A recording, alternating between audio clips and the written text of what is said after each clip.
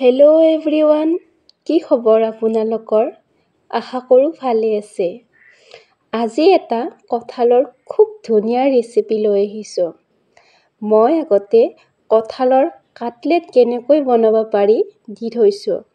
আজি হাণ্ডি কঁঠালৰ ৰেচিপিটো লৈ আহিছোঁ। মন কৰকচোন, কিমান ধুনীয়াকৈ কঁঠালৰ পিচকেইডোখৰত তেল মছলা লাগি ধৰিছে। মই একডোখৰ ভাঙিও দেখুৱাইছোঁ, কিমান ধুনীয়াকৈ সিজি গৈছে, নহয়নে বাৰু? বলকচোন এতিয়া কেনেকৈনো বনাইছোঁ চাই লওঁ।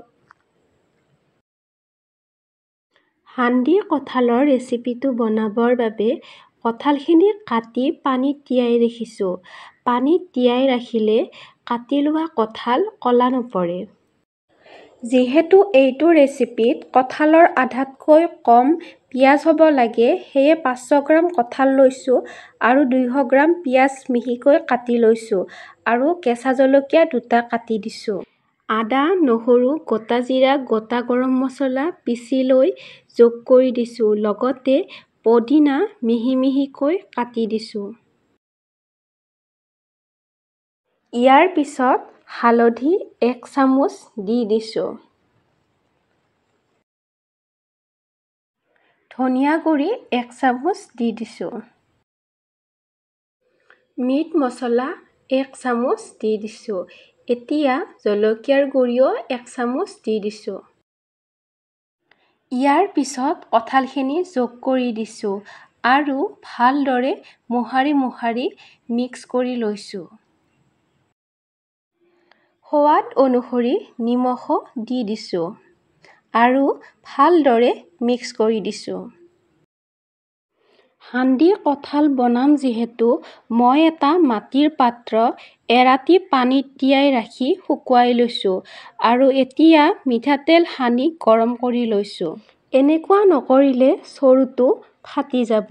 আনহাতে কেৰাহীত তেল গৰম কৰি 5 ফোৰণ, শুকান জলকীয়া আৰু তেজপাত দি দিছোঁ আৰু গৰমে গৰমে সানি থোৱা কঁঠালৰ ওপৰত ঢালি দিছোঁ। এতিয়া চৰুটোত অলপ অলপকৈ কঁঠালখিনি ভৰাই গৈছোঁ। চৰুটো গৰম থাকিব, সেয়ে কাপোৰ দি ধৰি ল'ব। আৰু এটা গোটা নহৰু গুজি দিছোঁ। অকণমান উতলা গৰম পানীও যোগ কৰি দিছোঁ।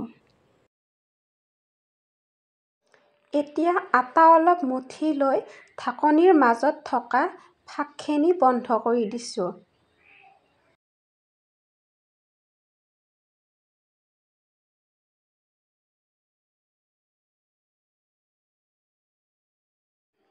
আৰু মাজেৰে 2টা বিন্ধা কৰি দিছোঁ।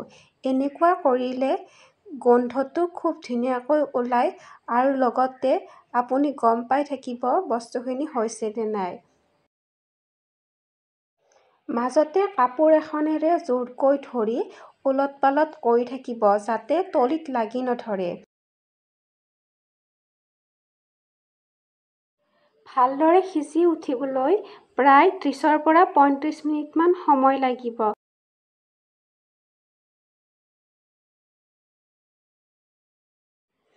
এতিয়া মই ঢাকনিখন খুলি গৈ আছোঁ। গৰম থাকিব, সেইকাৰণে লাহে লাহে খুলিব, নহ'লে হাতখন জ্বলি যোৱাৰ সম্ভাৱনা থাকিব। এয়া চাওকচোন, মই ঢাকনিখন খুলি দিছোঁ। ইমান ধুনীয়াকৈ ৰং আহিছে আৰু খাবলৈ লোভনীয় হৈছে। তেন্তে এই কঁঠালৰ বতৰত আপোনালোকেও বনাওক আৰু কেনেকুৱা পায় মোক জনাব। আকৌ এটি নতুন ৰেচিপিৰ সৈতে লগ পাম। তেন্তে আজিলৈ আহিছোঁ। বাই।